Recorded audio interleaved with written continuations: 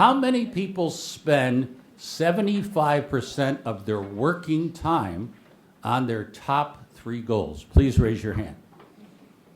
Okay, we only have 3 people. How many people spend over 50% of their time on their top 3 goals? Now we're up to 7. This is the striking thing.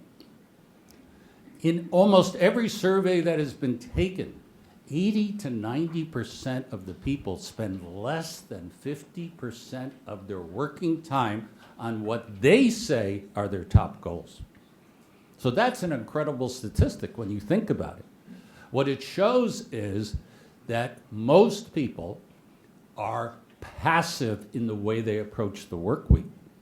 They are responding to emails, phones, meetings, other people's goals. And they come home at night and they say, I've worked so hard, but actually what have I accomplished? I've accomplished other people's goals. I haven't accomplished my goals. So those are the basic facts. Now, I want to make 2 other ideas here.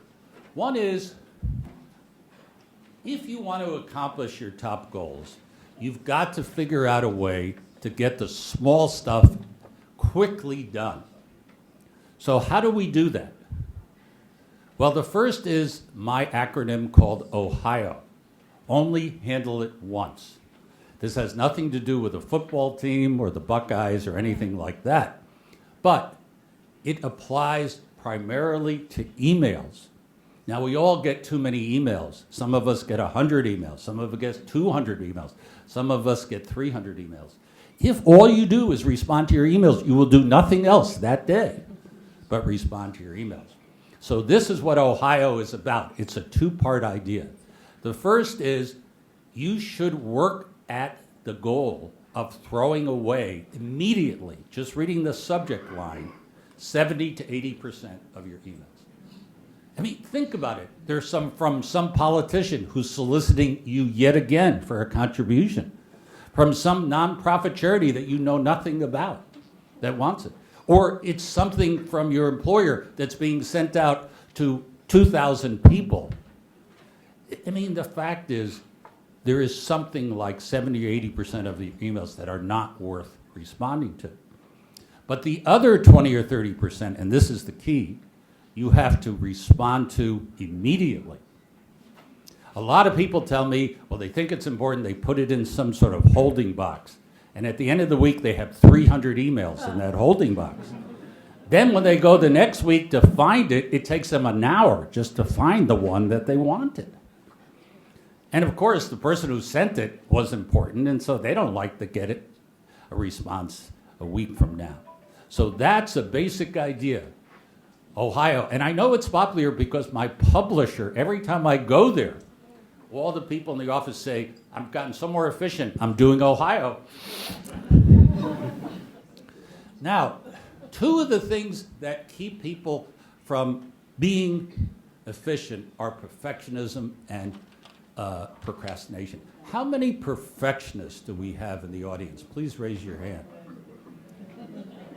Okay. So how did you become a perfectionist? I don't know how it happened. You don't know how it happened? Who are the other perfectionists? How do you think it happened, miss? Being the middle kid, it's the only way I could be recognized. Oh, a middle kid, it's a psychological problem. By the way, I'm a middle child too, and I'm not a perfectionist. Yes? Virgo. You're a Virgo. It came out of the astrology. Who else? Yes, who went to parochial school here and claims that it was a nun who did it? So, we have a number of people who are perfectionists. Now, like most things, there is a time to be a perfectionist. If you're doing something really important, like flying that plane, you better get it right. If you're sending a wire for a few $1 million, you ought to get it right. But there are lots of things in our life that aren't very important. For instance, how many of us have to fill out monthly status reports of what we're doing in the business? No one actually reads them. Or they read the first paragraph. But some people just keep going. You know, they want the grammar to be right. They send 5 pages. No one is caring. So the key to perfection is do A work for your top priorities and do B or C work for things that aren't that priority. Do it quick and dirty, and that's an important thing. A second idea is a boring breakfast. Now let me say this is just an example. In my book, I discuss how I am really not interested in breakfast. It just doesn't excite me at all. I have the same breakfast every day. Cheerios, a banana, and skim milk. Now you might ask me why I have a banana. And those of you, I know we have some people from Longwood here, can remember the time when we had tournaments and tennis players stayed at our homes. Now Yevgeny Kafelnikov, who at one time I think was third or fourth in the world, he stayed with us. And we asked him, well, what do you need? You know, what sort of food? Bananas. So we bought 6 bananas.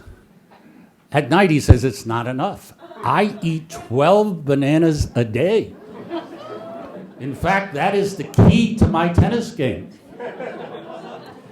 That potassium helps build back my muscles. So I figured, what the hell? If I ate one a day, maybe I'd get a little better, you know? But I warn you, if you eat 3 or 4 in the morning, your stomach really feels very heavy. That's probably not a good idea. But I noticed that President Obama does the same thing. He apparently doesn't care exactly how he dresses. He has 5 winter suits and 5 summer suits. His 5 winter suits are all blue. They're the same exact suit. He just doesn't spend any time on it. He's got so many other things to do. He doesn't spend any time on it. Some people think that's the way I dress, but it's actually not true.